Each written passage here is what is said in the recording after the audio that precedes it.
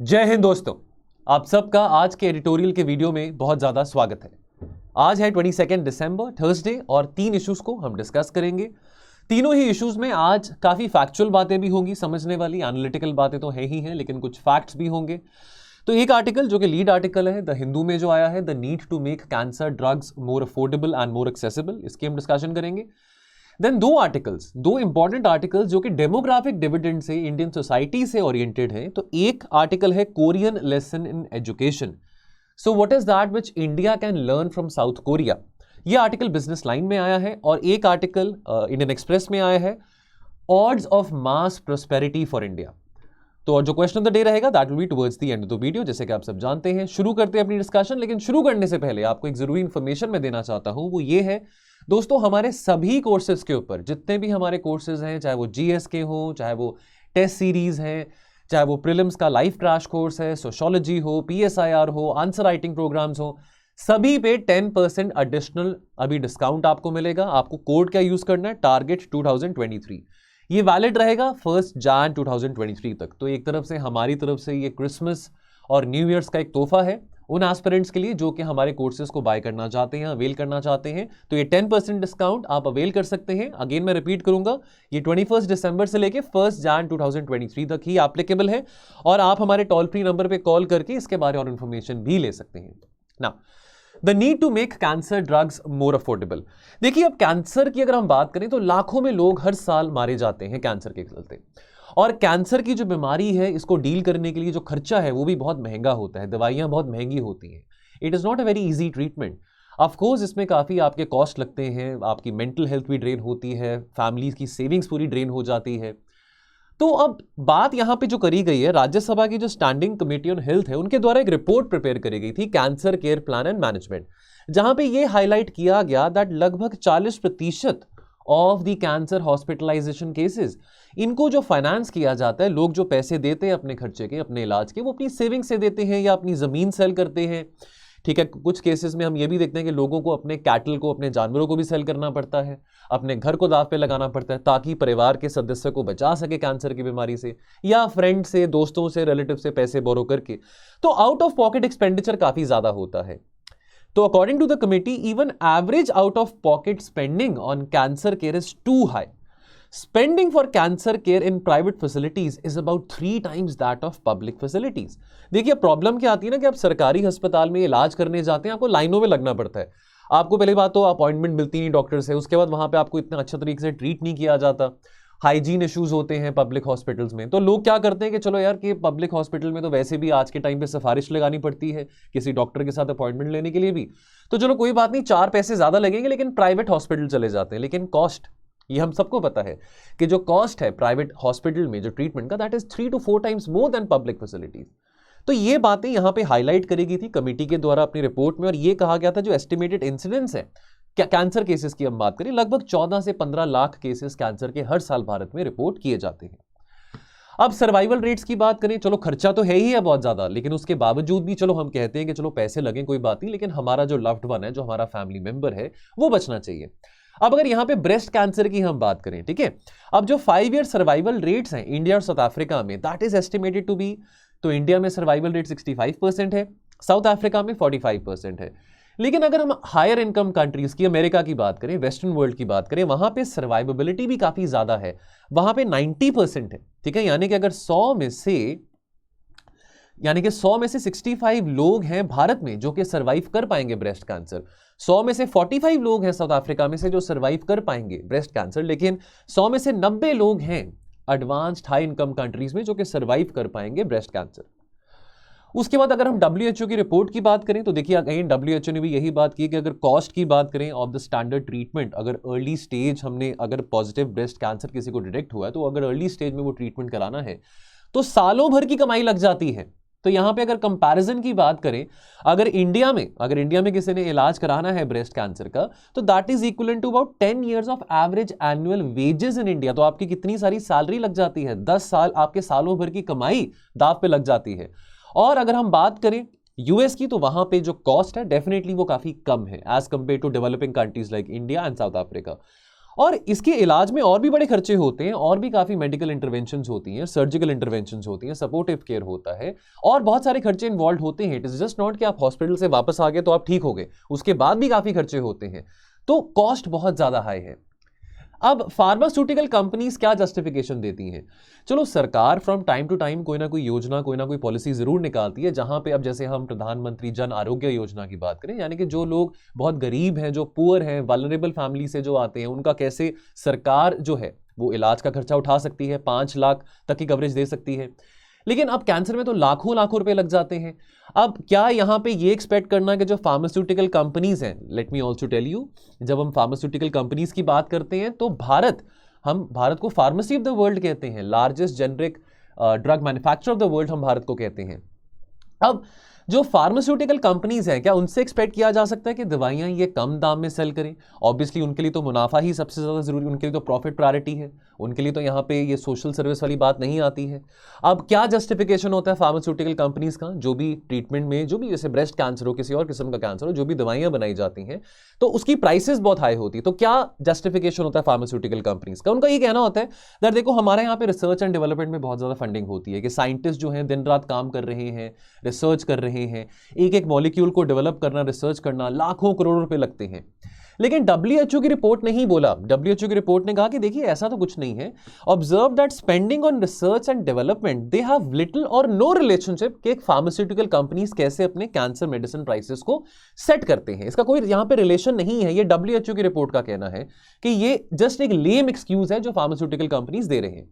दूसरी बात क्या आती है? दूसरी बात ये आती है कि भाई हमारे इंटेलेक्चुअल प्रॉपर्टी राइट्स प्रोटेक्शन की बात आती है। अब देखिए, ये मुद्दा कोविड के टाइम पे भी चला था। कोविड की जो वैक्सीन बनी थी तो भारत ने और साउथ अफ्रीका ने वर्ल्ड ट्रेड ऑर्गेनाइजेशन के फोरम पे भी कहा था, WTO के फोरम पे कहा था दैट देखो अभी महामारी का समय है और अभी लोगों को वैक्सीन पहुंचानी है, राहत पहुंचानी है, वैक्सीन देनी है, वैक्सीनेट करना है। अभी भी अफ्रीका में बहुत सारे लोग हैं जिनको वैक्सीनेशन कोविड के चलते नहीं मिली। अब चाइना में फिर से कोविड के केसेस बहुत आ रहे हैं, तो इस बात की भी अब टेंशन फिर से है कि कहीं कोविड फिर से ऐसे फैल ना जाए बाकी देशों में।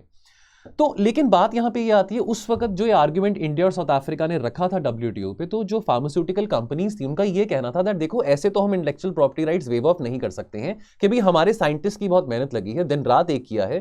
पहली बार ऐसा हुआ है कि बीमारी आई है, महामारी आई है और साथ के साथ हमने उसका इलाज भी निकाला है, तो इस पर तो हम intellectual property rights wave of नहीं कर सकते हैं। लेकिन हमारा स्टैंड क्या था डेवलपिंग कंट्रीज का कि देखो लोगों का भला होना चाहिए, यहां पे अगर आप अपनी ग्रीड को, अपने प्रॉफिट को साइड पे रख दें तो क्या हर्ज है। अगर हम डेवलप्ड वर्ल्ड की बात करें, जितनी भी बड़ी फार्मास्यूटिकल कंपनीज हैं खास करके वेस्टर्न वर्ल्ड में, now they have successfully persuaded their governments कि कैसे वो अपने इंटेलेक्चुअल प्रॉपर्टी राइट्स को और स्ट्रेंथन कर सकते हैं। पेटेंट, अब यहां पे तो इतनी अवेयरनेस नहीं है इंडिया में, to be very frank, intellectual property rights के चलते, पेटेंट्स के चलते, लेकिन वहां पे वेस्टर्न वर्ल्ड में काफी ज्यादा अवेयरनेस है इन चीजों को लेके, ताकि जो भी उनको बेनिफिट्स मिलते हैं इन फार्मास्यूटिकल कंपनीज को अपने पेटेंट्स के चलते, वो और कैसे स्ट्रेंथन किया जा सकता है।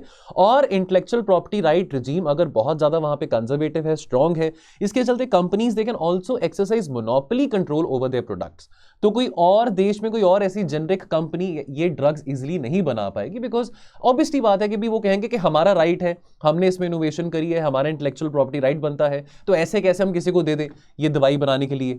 कोई फोटोकॉपी थोड़ी करनी है कि आपने कोई पेपर दिया फोटोकॉपी वाले भैया को, उन्होंने फोटोकॉपी करके दे दिया आपको। अब उनका यहाँ पे ये स्टैंड रहता है, आपको ये बात पता होनी चाहिए। ऑर्डिनरली जो पेटेंट राइट्स होते हैं over a medicine, they last until the expiry of the patent term, यानी कि जब तक पेटेंट का जो टर्म है, जब तक वो एक्सपायर नहीं करता, तब तक पेटेंट के राइट्स रहते हैं जिस भी कंपनी ने पेटेंट राइट्स का जो हकदार है।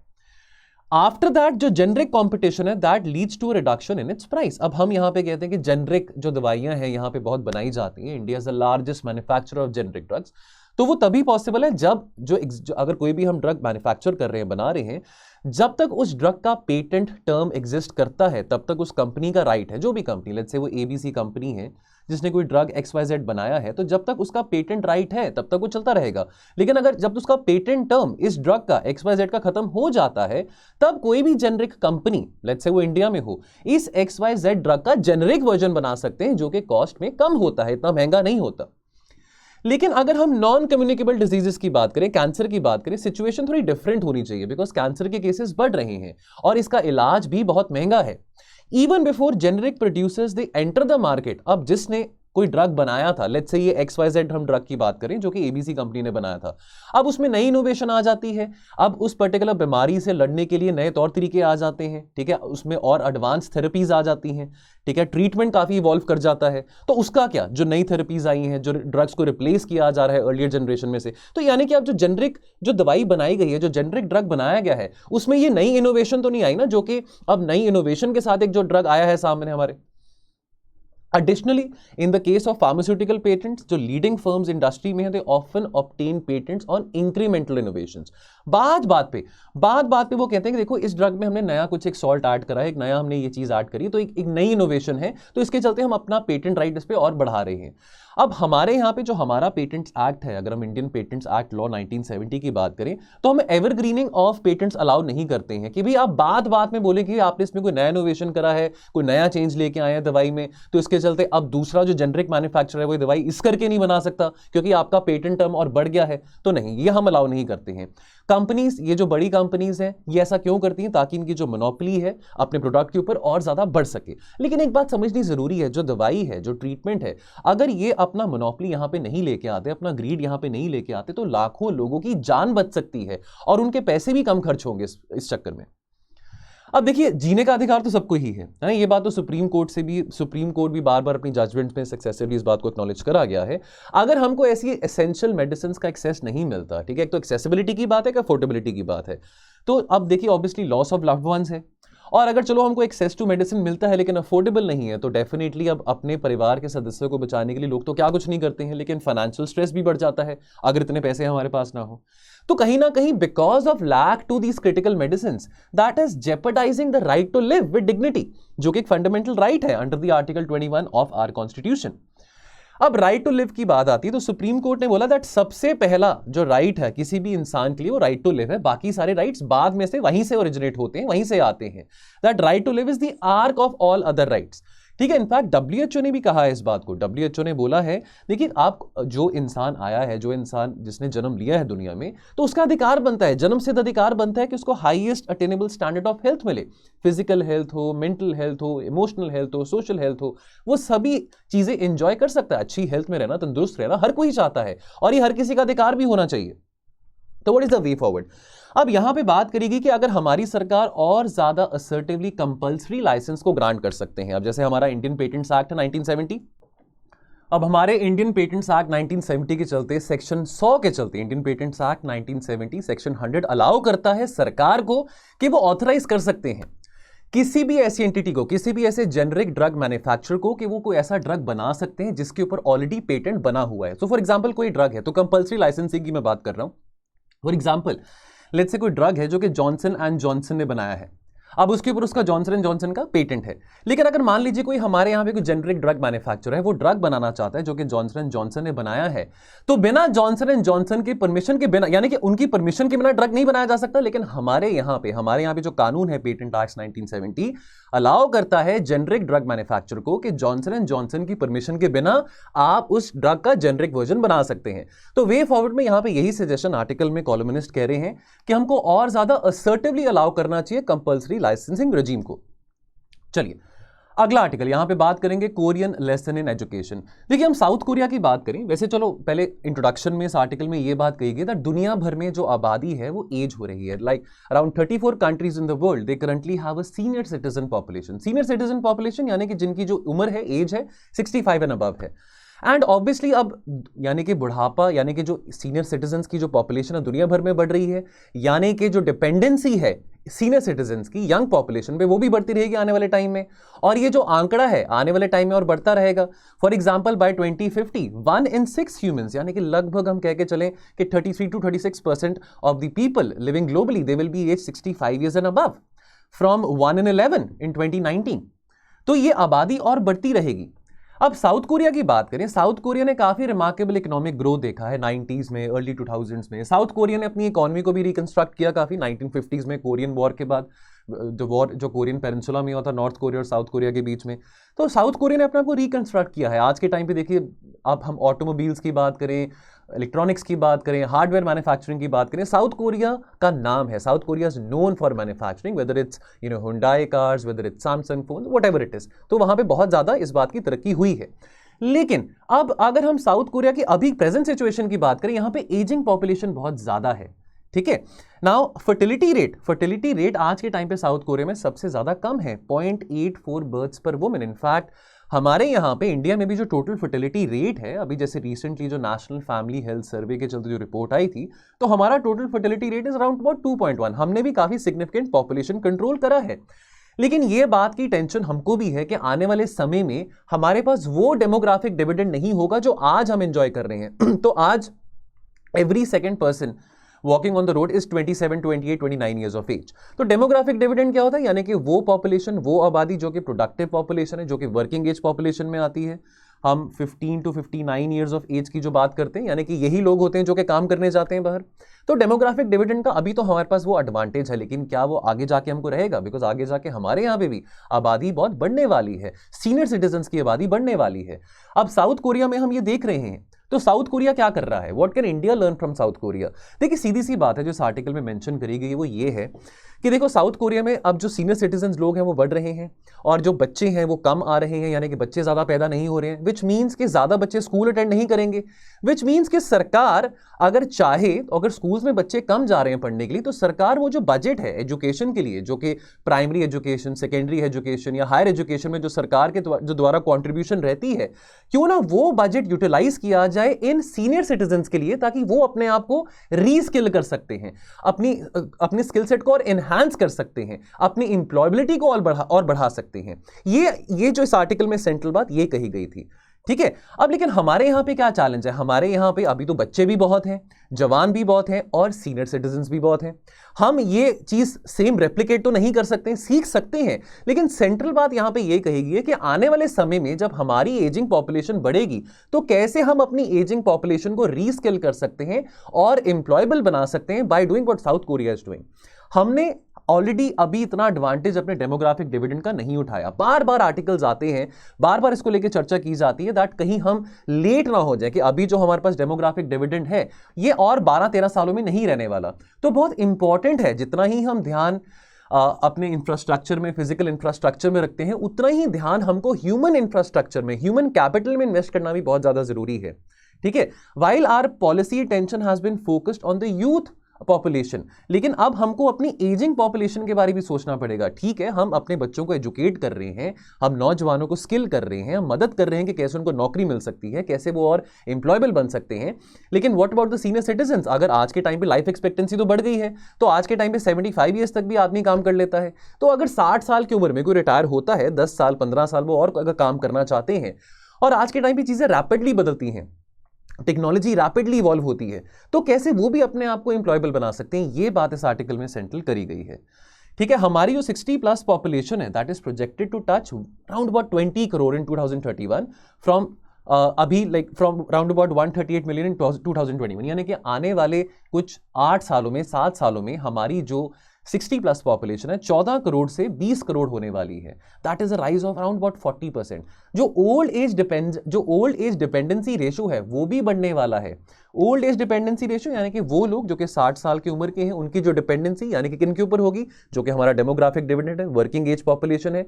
तो 60+ की डिपेंडेंसी अब हमारे 15 to 59 ईयर्स के एज ब्रैकेट में जो लोग आते हैं उन पे बढ़ने वाली है। अब कॉस्ट ऑफ एजिंग की बात करें तो यहां पे एक रिपोर्ट आई थी, longitudinal ageing study of India, the findings of the first phase which was made available last year. यहां पे इस रिपोर्ट में ये बात सामने आई है कि 62% of the people aged between 45 to 59 they are working and 36% of the people age 60 and above they are also working। तो यानी कि ऐसा नहीं है कि 60 साल के बाद इंसान काम नहीं कर रहा, काम कर रहे हैं, ठीक है, कहीं ना कहीं वो काम कर रहे हैं, चाहे वो पोस्ट रिटायरमेंट के तौर पे हो या चाहे वो सर्विस में हो। और बहुत सारे ऐसे लोग भी हैं जिनको नौकरी नहीं मिल रही है। अब बहुत सारे ऐसे लोग हैं इसी एज ब्रैकेट में होंगे जो कि जॉब सीख कर रहे होंगे, ठीक है। अब जॉब सीख करने से जॉब तो नहीं मिल जाती है, आफ्टर ऑल वहां पे बहुत सारे स्किल सेट की रिक्वायरमेंट रहती है, एजुकेशनल क्वालिफिकेशन आपकी क्या रहती है। अब अगर हम वर्ल्ड इकोनॉमिक फोरम की बात करें तो क्या हाल है? अगर इंडिया की बात करें, only 1 in 4 management professionals, 1 in 5 engineers and 1 in 10 graduates are employable. ये इंडिया के सिचुएशन की हम बात कर रहे हैं। तो हर कोई यहां पे एम्प्लॉयबल नहीं है, चाहे वो 25 साल का नौजवान हो, चाहे वो 60 या 65 साल के कोई इंसान, बुजुर्ग इंसान हो। तो यहां पे ये बात समझनी भी बहुत जरूरी है। अब हमारा यहाँ पे इंडियन सिनेरियो की बात करें, अब इलेक्टोरल पॉलिटिक्स की बात आती है, जैसे यहाँ पे बहुत ज़्यादा, अब जैसे चलो रेबड़ी पॉलिटिक्स को लेके भी बहुत सारी बातचीत हुई थी, ठीक है, इस बात को लेके कहा गया था कि भी जो ऑपोजिशन पार्टीज जो हैं वो इंडल्ज करते हैं लोगों को ल्योर करने के लिए, उनको फ्री में बिजली बांट दिया, फ्री में पानी बांट दिया, ये कर दिया, वो कर दिया। लेकिन ठीक है, ये सब चीज़ें, सड़क बनाना, ब्रिजेस बनाना, एयरपोर्ट्स बनाना बहुत ज़्यादा ज़रूरी है। इलेक्टोरली जो फोकस रहा है पॉलिटिशियंस का इन चीज़ों पे ज़्यादा रहा है। एजुकेशन पे और स्किल सेट को एनहांस करने पे जो फोकस है पॉलिटिशियंस का, पॉलिटिक्स का, अभी इतना नहीं रहा है। इनफैक्ट गवर्नमेंट अलॉट करती है around 16% of its expenditure to education. ये भी काफ़ी कम है। यहाँ पे कॉलमनिस्ट कह रहे हैं कि ये अप्रॉक्सीमेट फिगर यहाँ पे बताया गया, जो कि एक्चुअल में कम भी हो सकता है। और सेंटर और states together they spend about 4% of the GDP on education, जिसको बार बार कहा गया है कि हेल्थ को, एजुकेशन को कम से कम 6 से 7% ऑफ जीडीपी स्पेंड जरूर करना चाहिए टुवर्ड्स हेल्थ एंड एजुकेशन। तो कंक्लूजन, अब हम अपने डेमोग्राफिक पीक को हिट करने वाले हैं, ठीक है, that is only in a decades time. हम क्या करने वाले हैं अपने डेमोग्राफिक डिविडेंड को टैप करने के लिए, उसका फायदा उठाने के लिए, ये बात सोचने की है, ठीक है। कहीं ऐसा ना हो कि हमारे यहाँ पे पॉपुलेशन बहुत ज़्यादा एज्ड हो जाए, कहीं ऐसा ना हो that we have a population of growing people, जो जिनकी उम्र बढ़ रही है लेकिन अभी हमारी इकॉनमी में इतनी तरक्की नहीं हुई है, यानी कि अभी हमने इतनी जीडीपी ग्रोथ नहीं देखी, लेकिन ज़्यादा हमारे यहाँ पे इकॉनमी में लोग जो है बढ़ गए हैं। यानी कि ऐसा ना हो that India grows old before growing rich.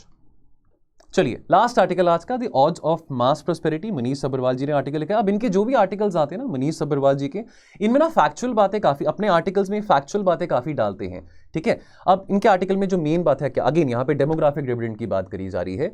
अब देखिए, अब अप्रैल 2023 में हमारी जो आबादी है चाइना की पॉपुलेशन को भी एक्सीड कर देगी, ठीक है। India, we estimate that India's 1.43 billion people will exceed China's population.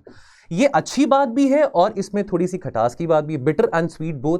अच्छी बात क्यों है? बिकॉज देखिए, आज से 75 ईयर्स बैक जब भारत आजाद हुआ था, उस वक्त लाइफ एक्सपेक्टेंसी कितनी थी? 31 ईयर्स की थी। आज के टाइम पे life expectancy definitely 70 to 75 years में आ जाती है, ठीक है। अब without brutal freedom destroying state intervention, चलो हम चाइना की आबादी की बात करते हैं। चाइना में ये भी हम देखें कि चाइना में एजिंग पॉपुलेशन बहुत ज्यादा है। क्यों है? Because of China strict one child policy. अब वहां पे यूथ पॉपुलेशन है ही नहीं, यंग पॉपुलेशन है ही नहीं। अब कोविड आया चाइना में, लोग वहां पे मर रहे हैं। किसको ज्यादा खतरा है? जो वहां पे जो सीनियर सिटीजन हैं, एज 16 अबव, क्योंकि वहां पे यंगस्टर्स ही बहुत कम है। तो हमने ऐसा कोई एक्सपेरिमेंट नहीं किया है जो चाइना ने किया था। बेशक हमारी आबादी चाइना को ओवरटेक कर रही है, लेकिन हमने चाइना के कोई ऐसे तौर तरीके, पॉपुलेशन कंट्रोल मेजर्स नहीं उठाए थे, राइट। अब अगर हम क्वालिटेटिव शिफ्ट की बात करें तो ओवर द इयर्स हमने ये भी देखा है दैट अगर हम बात करें अपने डायस्पोरा की, तो एक टाइम था जब मोस्टली जो हमारा डायस्पोरा था, यानी कि हम लो क्वालिटी जॉब्स की बात करें, लो स्किल्ड जॉब्स की बात करें, इस तरह की जॉब्स करने के लिए वो मिडिल ईस्ट में, गल्फ नेशंस में जाते थे। अभी क्या हो रहा है? अभी लोग हाई स्किल्ड फॉर्मल जॉब्स करने के लिए हाई इनकम कंट्रीज में जा रहे हैं। In fact a strong case for human capital driven productivity is our software employment. 0.8% of our workers, they are generating 8% of the GDP। World bank की report आई थी, रेमिटेंसेस रिपोर्ट की हम बात करें, मैं वो आर्टिकल भी डिस्कस किया था, शेयर किया था, दैट हमारी जो 2% की जो हमारी पॉपुलेशन, जो हमारी एनआरआई पॉपुलेशन है, they are contributing $100 billion as far as remittances is concern. इतना सारा पैसा वो घर में अपने फैमिली मेंबर्स को भेज रहे हैं। इतना पैसा तो एफडीआई में नहीं आता जितना रेमिटेंसेस में आ रहा है। ये कौन भेज रहा है? जो हमारे वर्कर्स हैं, जो बाहर काम कर रहे हैं, और ये हाई स्किल्ड फॉर्मल जॉब्स में काम कर रहे हैं, लो स्किल्ड जॉब्स में काम नहीं कर रहे हैं। तो ये क्वालिटेटिव ट्रांजिशन, क्वालिटेटिव शिफ्ट देखने को मिला है। इनफैक्ट अमेरिका ने रिप्लेस करा है यूएई को as the single biggest source country with 23% of remittances, और ये are rich forex remittance harvest which is 25% higher than the FDI and 25% less than software exports. तो ये बढ़ता जा रहा है। ये किसका नतीजा है? This is the fruit from the tree of human capital and formal jobs. तो जो हमने इन्वेस्ट करा है अपने बच्चों के ऊपर, अपने नौजवानों के ऊपर, तो वो बाहर जाके हमारा देश तो ऑब्वियसली हमारा नाम तो प्राउड कर ही रहे हैं, देश का नाम तो प्राउड कर रहे हैं, लेकिन कितना कॉन्ट्रीब्यूट भी कर रहे हैं भारत की जीडीपी को बाहर बैठ के भी। तो एक बात को हम यहां पे समझें, और यहां इस बात को समझना बहुत जरूरी है। मॉडर्न स्टेट एक वेलफेयर स्टेट है। अब यहां पे फिस्कल और मॉनेटरी पॉलिसी तक बात सीमित नहीं रहती है। अब जब वेलफेयर स्टेट की बात आती है तो देखिए, मॉनेटरी पॉलिसी क्या है? एक पेन किलर है, एक दवाई है, एक स्टेरॉइड की तरह एक्ट करता है। Specially since credit availability is a bigger problem in India than credit loss. अब देखिए, जब हम मॉडर्न स्टेट की, वेलफेयर स्टेट की बात करते हैं तो हमको कुछ चीजें इग्नोर करनी पड़ती हैं, चाहे वो बढ़ता फिस्कल डेफिसिट हो या वो मॉनेटरी पॉलिसी की बात करें, इन्फ्लेशन जितनी मर्जी हाई हो, कई बारी हमको ह्यूमन कैपिटल में इन्वेस्ट करनी, बिकॉज देखिए अभी महंगाई ज्यादा है, ठीक है, फिस्कल डेफिसिट ज्यादा हो सकता है, लेकिन कौन से देश का फिस्कल डेफिसिट ज्यादा नहीं होता? अगर हम अपने ह्यूमन कैपिटल को अगर हम प्रायोरिटाइज करेंगे, अगर उनमें इन्वेस्ट करेंगे, तो ही अच्छी बात है, तो ही आगे जाके हम और उसका हार्नेस कर पाएंगे, तभी अपने डेमोग्राफिक डिविडेंड को हम अच्छी तरह से हार्नेस कर पाएंगे, टैप कर पाएंगे। तो उसके लिए हमको जरूरी है कि अगर अपना ज्यादा फिस्कल डेफिसिट और मॉनेटरी पॉलिसी को इतना ज्यादा उससे ऑब्सेस ना हो, ठीक है। तो जैसे कहते हैं कि अगर फिस्कल डेफिसिट हाई है, दैट आल्सो शोज कि कंट्री जो है, कोई भी देश अगर वहां पे फिस्कल डेफिसिट ज्यादा हो, हालांकि चलो मैक्रो इकोनॉमिक स्टेबिलिटी के लिए कहा जाता है कि फिस्कल डेफिसिट इतना ज्यादा भी नहीं होना चाहिए, ज्यादा अनटॉलरेबल भी नहीं होना चाहिए, लेकिन अगर हम कुछ इन्वेस्टमेंट कर रहे हैं, कैपिटल एक्सपेंडिचर हम कर रहे हैं, तो डेफिनेटली हमारा फिस्कल डेफिसिट बढ़ेगा। तो we have to ignore for a certain period of time कि इन्फ्लेशन बहुत ज्यादा है, कि कॉस्ट ऑफ रेपो रेट बढ़ रहा है, या क्रेडिट अवेलेबिलिटी कम है, क्योंकि हमने ह्यूमन इंफ्रास्ट्रक्चर में इन्वेस्ट करना है, ठीक है। वो अभी हमारे पास टाइम है, कल को हमारे पास टाइम नहीं होगा, so we have to ignore at times even at the cost of high fiscal deficit. अब अभी बजट आने वाला है, फरवरी में बजट आएगा, तो कुछ प्रपोजल्स यहां पे रखे गए हैं, कुछ यहां पे सजेशंस दिए हैं मनीष सब्रवाल जी ने। अब बात यहां पे करी गई है कि जो फाइनेंस बिल आएगा 2023-24 का जो बजट आएगा, this must target productivity and continuity by legislating human capital and formal job reforms, जो कि प्रीवियसली पहले प्रपोज करे गए थे।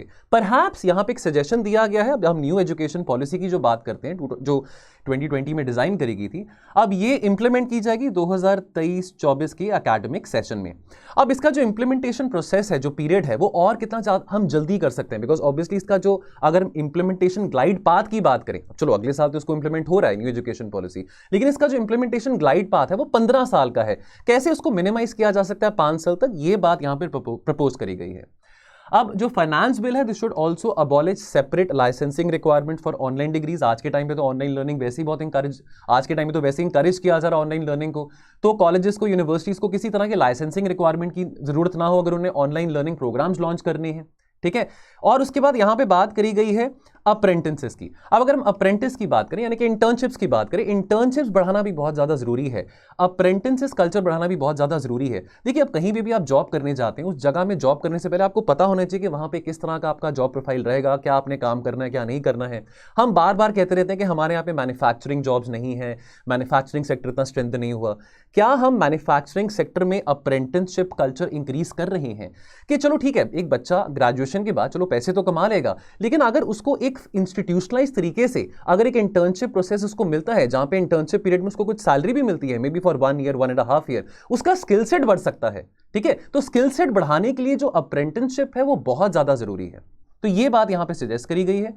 देन उसके बाद बात आती है the budget should target to reduce जो गैप है बिटवीन द चिट्ठी वाली सैलरी, यानी कि जो आपको ऑफर लेटर दिया जाता है, एंड द टेक जो सैलरी जो टेक होम सैलरी होती है, हाथ वाली सैलरी, यानी कि जो आपके हाथ में आती है आफ्टर जो भी टैक्सेस वगैरह डिडक्ट करके, जो भी सब कुछ पीएफ कंट्रीब्यूशन डिडक्ट करके। अब यहां पे ये सजेशन दिया गया है that this can be done by making जो एम्प्लॉयज प्रोविडेंट फंड, हम ईपीएफ की बात करें, ये जो कंट्रीब्यूशन आपको अपने ईपीएफ में करनी होती है, अगर इसको ऑप्शनल कर दें, मैंडेटरी ना हो, और एम्प्लॉयर की तरफ से, यानी कि जो आपको हायर कर रहा है उसकी तरफ से जो प्रोविडेंट फंड कॉन्ट्रीब्यूशंस हैं वो 12% से अगर हम 13% तक इंक्रीज कर दें, ठीक है। It should notify a previous budget announcement to create employ choice, कि उनकी चॉइस होनी चाहिए कि वो कंट्रीब्यूट हेल्थ इंश्योरेंस में करना चाहते हैं, प्रोविडेंट फंड में करना चाहते हैं, ईपीएफओ में करना चाहते हैं कि नहीं करना चाहते हैं, ये उनकी चॉइस यहां पे होनी चाहिए एम्प्लॉयज की, और एम्प्लॉयर्स को मैंडेटली ज्यादा कंट्रीब्यूट करना चाहिए, ये बात यहां पे करी गई है। अब हम बार बार इंडिया वर्सेस चाइना के कंपटीशन की बात करते हैं, लेकिन India has an upper as अगर हम इंडिया और चाइना के कंपटीशन की बात करें। क्यों? ठीक है, ये बात तो हमने मान ली कि आज से 30 साल पहले इंडिया और चाइना की जो पर कैपिटा जीडीपी थी वो ऑलमोस्ट इक्वल थी। आज के टाइम पे चाइना की जो पर कैपिटा जीडीपी है that is 5 times higher than that of India. लेकिन एक फर्क है, जब चाइना ने अपने इकोनॉमिक रिफॉर्म शुरू करे थे 1978 में, चलो हमने भी 90s में अपने इकोनॉमिक रिफॉर्म शुरू करे थे, लेकिन हमारे में और चाइना में क्या फर्क है? आज के टाइम पे हमारे लिए अगर हम मैक्रो इकोनॉमिक स्टेबिलिटी की बात करें, ग्लोबल कंटेक्स्ट ऑफ ग्रोथ की बात करें, इंडिया के लिए सिचुएशन ज्यादा ब्राइट है, ज्यादा प्रोस्पेक्ट्स बेटर हैं, ब्राइट है। अब चाइना के जो रिफॉर्म्स थे, ठीक है, वो काफ़ी फास्ट थे, काफ़ी क्रिस्प भी थे। नो डाउट चाइना ने काफ़ी तरक्की करी है। चाइना की अगर जीडीपी हमसे ज़्यादा है, पर कैपिटा जीडीपी हमसे ज़्यादा है, नो डाउट वो बात सही है। लेकिन अगर हम डेमोक्रेसी की बात करें, China has obviously not that, China has pursued these reforms at the cost of democracy. For example, हम वन चाइल्ड नॉर्म की अगर हम बात करें, हम तो यहाँ पे ऐसा कोई नॉर्म नहीं लेके आ रहे हैं। तो हमारी जो डेमोक्रेसी है, जो हमारा लोकतंत्र है, जो हमारी डेमोक्रेटिक वैल्यूज है, यही हमारा स्ट्रेंथ है, जिसके चलते हम चाइना के साथ अगर कंपीट करते हो तो हमारा एक अपर एज रहेगा। तो कंक्लूजन की हम बात करें तो एक्सपीरियंस और एविडेंस ये फर्मली बताता है कि जो ऑड्स ऑफ मास प्रॉस्पेरिटी है, अगर दुनिया भर में कहीं पे ज्यादा हम देख सकते हैं कि मास प्रॉस्पेरिटी होगी, वो भारत में होगी। भारत में डेफिनेटली ये पॉसिबल है। कैसे हो पाएगी? अगर हम ह्यूमन कैपिटल के ऊपर हम फोकस करें, बच्चों के स्किल सेट को बढ़ाने पे हम फोकस करें, जॉब्स और ज्यादा क्रिएट करने की कोशिश करें, rather than worrying about the fiscal policy और द मॉनेटरी पॉलिसी। यानी कि ज्यादा हमको फिस्कल डेफिसिट के ऊपर अभी वरी नहीं करना चाहिए। अगर हम प्रोडक्टिव एक्सपेंडिचर कर रहे हैं, कैपिटल एक्सपेंडिचर कर रहे हैं, जिससे लोगों का भला होगा, ठीक है, आप सड़कें बनाएं, एयरपोर्ट्स बनाएं, ब्रिजेस बनाएं, वो भी जरूरी है। लेकिन ह्यूमन कैपिटल में, एजुकेशन में, हेल्थ में अगर आप ज्यादा खर्चा करते हैं तो आपका फिस्कल डेफिसिट ब्रीच भी होता है तो कोई बात नहीं, बिकॉज ये प्रोडक्टिव एक्सपेंडिचर है। ये बातें यहां पे, ये कुछ ऐसी जो सजेशन थी इस आर्टिकल में मनीष अग्रवाल जी ने दिए हैं। चलिए, क्वेश्चन ऑफ द डे क्या बनता है? By not investing sufficiently in human capital, India might be headed to a situation on having grown old before growing rich. ये 150 वर्ड्स में आपने कमेंट करना है। आप चाहें तो हमारे टेलीग्राम ग्रुप में इस आंसर को पोस्ट कर सकते हैं। The name of the group is editorials with mains answer writing. अगर आप इस ग्रुप का हिस्सा बनना चाहते हैं तो भी डिस्क्रिप्शन बॉक्स में जाएंगे, आपको ये लिंक दिखाई देगा, क्लिक करेंगे तो आपको हमारे टेलीग्राम चैनल के टुवर्ड्स रीडायरेक्ट किया जाएगा। और यहाँ पे कोशिश रहती है कि शाम को 6 बजे best answer of the question of the day, जैसे कि आज का जो क्वेश्चन हमने पूछा है, इसका जो बेस्ट आंसर है, कल शाम को हम 6 बजे टेलीग्राम के ग्रुप में पिन करेंगे, और साथ के साथ मॉडल आंसर भी आपको शाम को 6 बजे पिंड मिलेगा। चलिए, बाकी दोस्तों मिलेंगे हम कल। आज का एनालिसिस में इतना ही रहेगा, तो आप अपना ध्यान रखें और पढ़ते रहें। Thank you so much. जय हिंद।